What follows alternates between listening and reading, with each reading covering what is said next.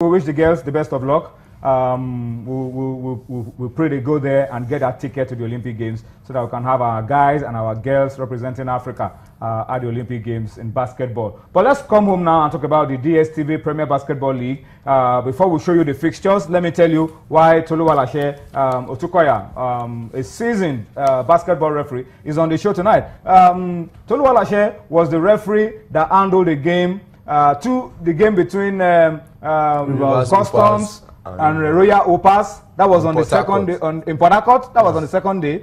And on the first day, were you in charge on the first day? No, that was the second day. That was the day that there was drama in Port Harcourt. And for the first time in a long while, we never had this kind of story come out of basketball. I'm talking of harassment of referee, crowd violence, stopping the game, and all of that. But then it happened in Port Harcourt, and Tolu was the referee. I beg your pardon, Toluwalashe, yes, was the referee that was assaulted. It's not a very pleasant one. But Toluwalashe, for a long time we've not had this until it happened in Port Harcourt and you were there in the midst of all of it. What can you say? I mean, with the intent of making us correct the mistakes that led to you being easily assaulted on that day, lack of security and all of that. What can you quickly tell us? You said that already. I think one thing we need to put in place is that we need to have security. Be proud before any games, because without security, we officials are always licensed to have issues like this. When there is security in place, we know what are the security we have. Because be proud before you get a nomination, they will tell you are going to Port Harcourt. But when you get to Port Harcourt, there's no security. And you feel, because it doesn't happen most times, but you think it's just the way it is. So you just go there to appreciate. But first time as a referee, I never knew this kind of thing happen. I heard this in the past though, but I saw it the first time, and it was very unpleasant to see such things in a basketball. It's something I love doing. It's not something I'm paid for. I'm paid for it, but at least it's a passion that brought me to appreciating. You understand? But I don't like when I'm being assaulted or I'm being harassed to do a job I love doing. So it was unpleasant. I didn't like the whole scenario, but I think that I was able to control the whole tempo. But it's what we need to put in place, that security must be guaranteed before any game. How key is having adequate security on the performance of a referee, for example? Very, very important, because because if it helps you to do your job better. Very, very makes it very easier, because after the game the security will lead you back to your hotel room, so you are always secured. Unlike when you after the game they lock you, they put you in the toilet or in the dressing room to chill for a while before you can have issues like that. But I think this is gonna be the first time in years, in seasons that happened, and I think we need to put a stop to it. Security must be guaranteed. Crowd should be controlled. Fans should understand the way things are, because by these things we can always get more sponsors to our league. So I think when we control our security, we control the fans, we control the players themselves, because if the players are not disciplined, we always have these issues. Indiscipline is one of the big factors.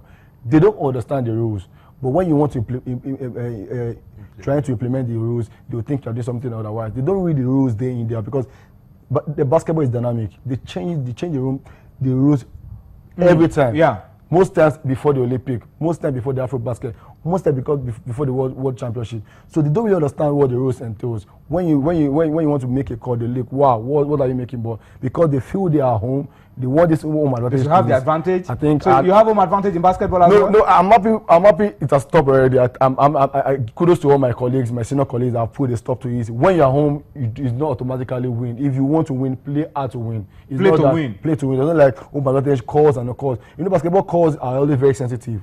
There's of course, it's not like football where you can say, okay, oh my God, let me give a penalty. You can't give a free throw where there's no foul, and you can't give a 3-point shot when it's a 2-point shot. So there's some things that are not really can't work. That can't work. If you don't play very well, you can't get the points. So I think home advantage should be stopped, and I think I'm happy for the past 2, 3, 5 seasons we've been controlling, and I'm happy to know that it has stopped. But Rivers, Opas, I don't know what went over them. I don't know what went into their head. They were they were uncontrollable, but I thank God things was put in place. We came back to Lagos afterwards, and I'm happy we are in full shape. But we need to have security in case of future occurrences. Let us have security so that we can always be safe as a referee. Before the game, we get to the hotel room. let a security guide you from your hotel room back down to the court. Immediately after the game, from the court back to your hotel room, because you know how the area is. The area is not this. It's a very clumsy area. It's not an executive area where you can say, okay, let me just go back to my hotel. They know almost the hotels around the area most times. So you have to be very careful about things you do, because because it's basketball. Basketball is interesting, but we need to make basketball interesting for ourselves. The fans, the players, the coaches, the officials, and everybody should understand that we need to make basketball okay. So what I want to advise is that we need security.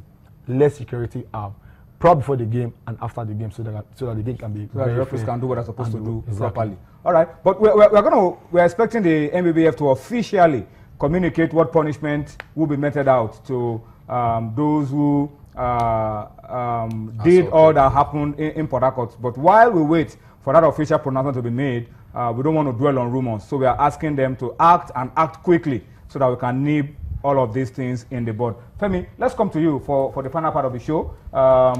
Zenith basketball women playoffs. Yes, it's time. The playoffs is now.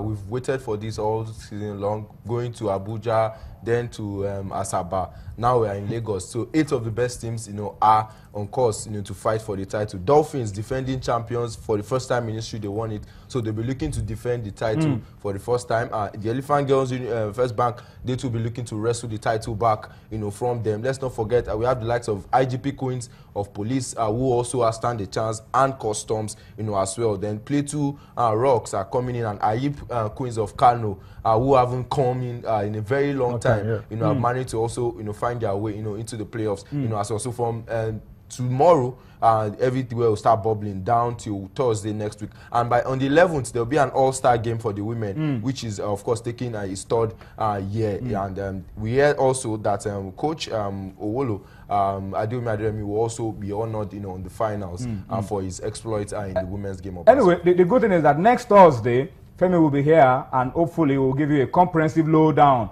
of all that would have happened during the Zenith women basketball final playoffs that will be taking place in Lagos. To wrap up the show tonight, let's take you back to Europa League games. 90 minutes of football played, but I think from the results that are there right now, we can easily predict which 2 teams will be playing the final of Europa League 2016. Liverpool are 3-0 up over Villarreal. Villarreal are down by a man, so they are down to 10 men. Liverpool are 3-0 up. And then Sevilla are 3-1 up over Shakhtar Donetsk. So easily, I can predict. I don't need to be a prophet anymore to predict that the final of Europa League 2016 will be Liverpool against Sevilla.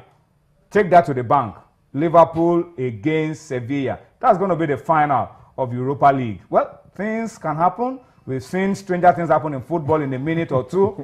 But I think I can predict that Liverpool will face Sevilla in the final. That's how we wrap up sports tonight, this beautiful Thursday. Thank you for watching. We'll see you tomorrow. Enjoy the rest of the night. Bye-bye now.